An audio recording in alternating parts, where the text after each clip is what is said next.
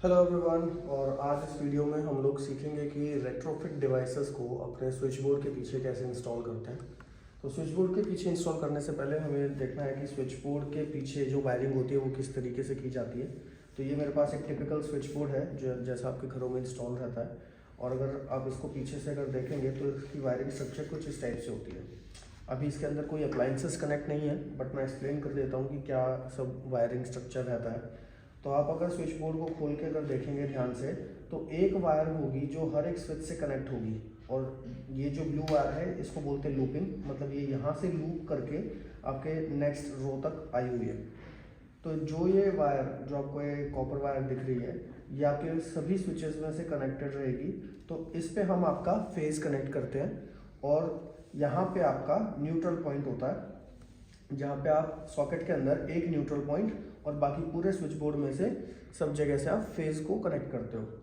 और जो ये स्विच बोर्ड के ऊपर वाला पार्ट जो एम्प्टी स्पेसेस आपको दिख रही हैं जहाँ पे ये फैन का रेगुलेटर कनेक्ट है और इस फैन का रेगुलेटर कनेक्ट है, यहाँ पे हम अपने लोड टर्मिनल्स को कनेक्ट करते हैं। जैसे लोड आपका लाइट है, फैन है, शैंडिलियर है, जो भी आपका लोड टर्मिनल है वो आपके ऊपर वाले पॉइंट्स के ऊपर कनेक्ट होगा। और उसके नीचे वाला जो टर्मिनल रहेगा वहाँ पे आपको फेज को कनेक्ट करना है, ताकि जैसे ही आप स्विच को, अगर मैं इस स्विच को ऑन करूँगा तो यहाँ से जो फेज है वो आपके लोड टर्मिनल पे जाएगा और उसको आपको लाइन मिलेगी और आपका ये अप्लायंस ऑन हो जाएगा। ये जो रेड वायर है ये आपकी फैन से कनेक्टेड रहती है।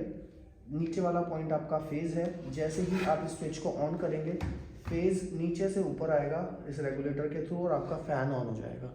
इसी तरीके से आप जो भी अप्लायंस या जो भी लोड की वायर्स को आप यहाँ इन पॉइंट्स के ऊपर वाले पॉइंट्स पे अगर आप कनेक्ट करेंगे तो आप किसी भी लोड को स्विच के ऑन करने से ऑन एंड ऑफ कर सकते हैं। स्विच बोर्ड्स के बाद अब बात करते हैं रेट्रोफिट डिवाइसेस की जो आपको स्विच बोर्ड के पीछे इंस्टॉल करना है। तो यहाँ मेरे पास कुछ रेट्रोफिट डिवाइसेस रखे हैं।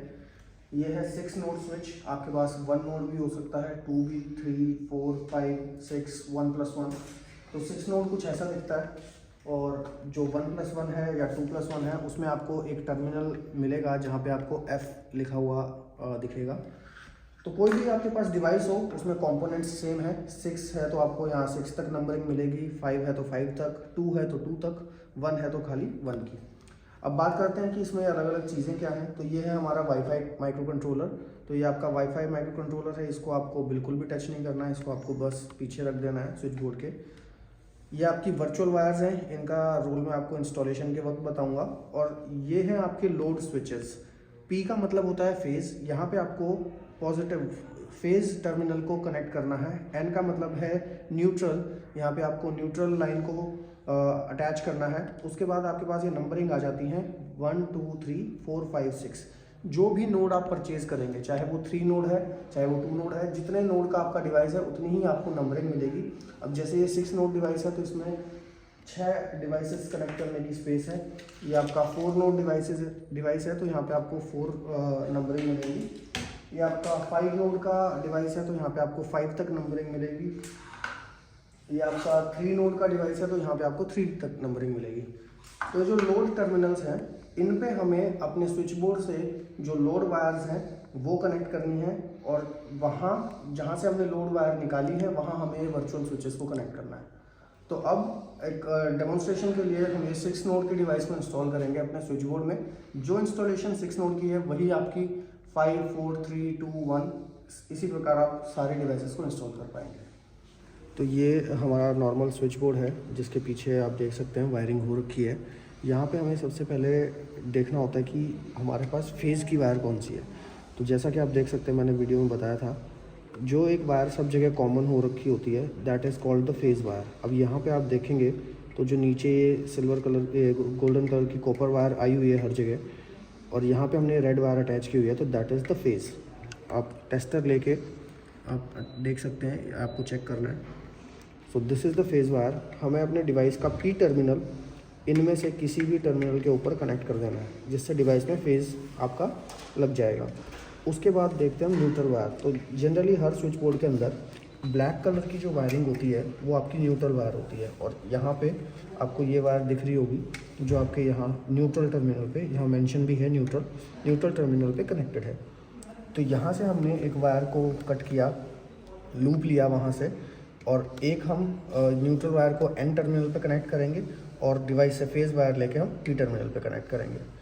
उसके बाद जो जितने भी ये येलो वायर्स हैं ये हमारे लोड टर्मिनल हैं। तो आप देख सकते हैं 1 2 3 4 5 6, ये टोटल 6 जो हमारे टर्मिनल्स हैं ये हमारे 6 अप्लाइंसेज हैं। इनसे मैं अपने लाइट्स, फैंस, जो भी चीज़ हैं उनको ऑन एंड ऑफ कर पाऊँगा।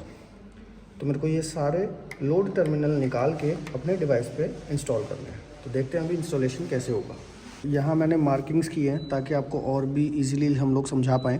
तो पहला टर्मिनल था वो फेस टर्मिनल था। हमने एक एडिशनल वायर का पीस लिया और यहाँ पे आप देख सकते हैं यहाँ पे वायर को इंसर्ट करने की जगह है। ऊपर से आप नट को थोड़ा सा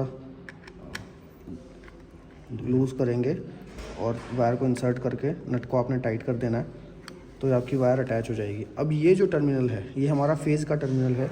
इसको हम इनमें से ऊपर वाले किसी भी टर्मिनल में अटैच कर सकते हैं। अब जैसे यहाँ पे हम लोग इसको अटैच करेंगे।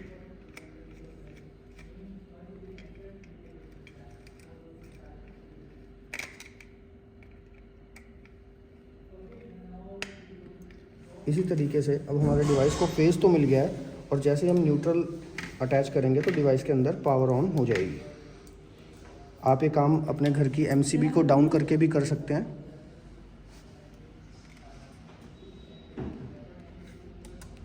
जैसे ही न्यूट्रल अटैच किया तो आप देख सकते हैं डिवाइस के अंदर एक ग्रीन एलईडी ग्लो कर रही है। दैट मीन्स कि डिवाइस आपका पावर ऑन हो गया है। किसी भी अप्लायंस को जब आप फेज़ और न्यूट्रल प्रोवाइड करते हैं तो उसके अंदर जो आप फंक्शनैलिटी है उसकी वो ऑन हो जाती है।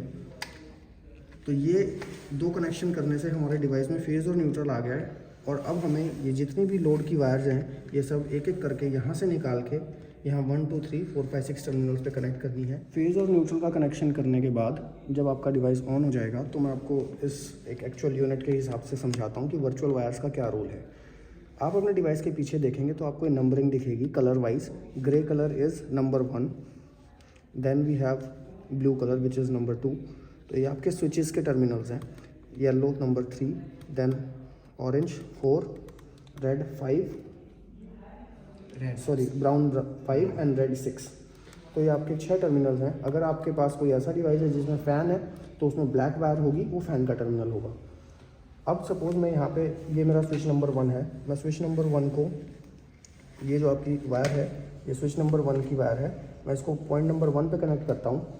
तो जो फर्स्ट स्विच है that is the grey wire, उसको मुझे आपके फर्स्ट स्विच पे कनेक्ट करना है।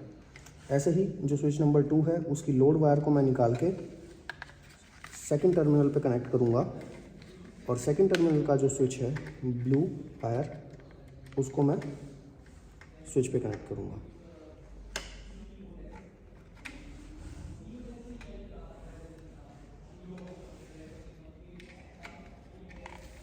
यहाँ से हमने सेकंड लोड निकाल लिया। ये आपका सेकंड लोड वायर है, इसको हम डिवाइस में सेकंड नंबर पे कनेक्ट करेंगे।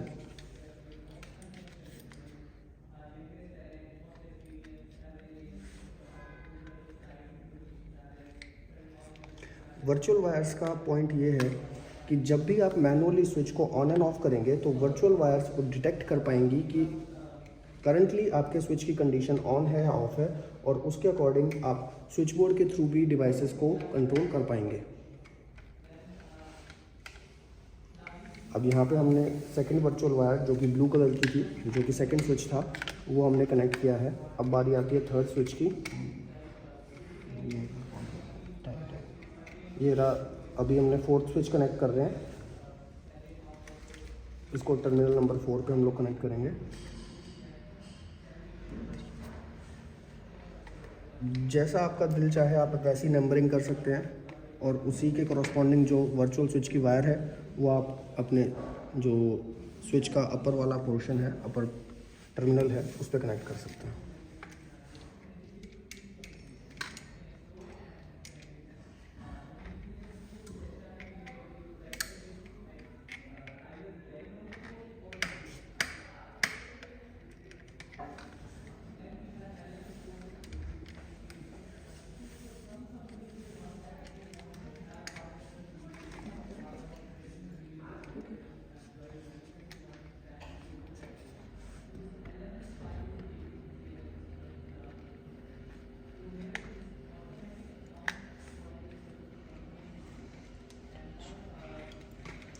This is switch number 5। ये उसका वर्चुअल स्विच है जो हमें स्विच बोर्ड में कनेक्ट करना है।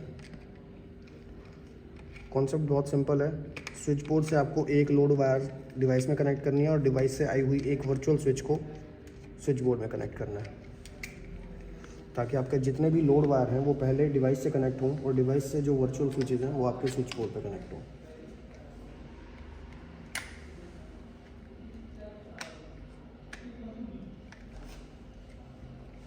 पाँच ही करनी है।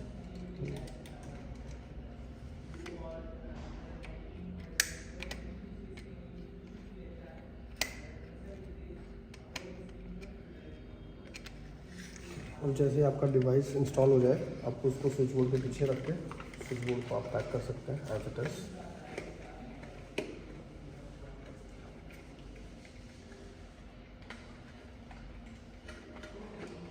And after installing the devices, you can use the smart and mobile application to control all these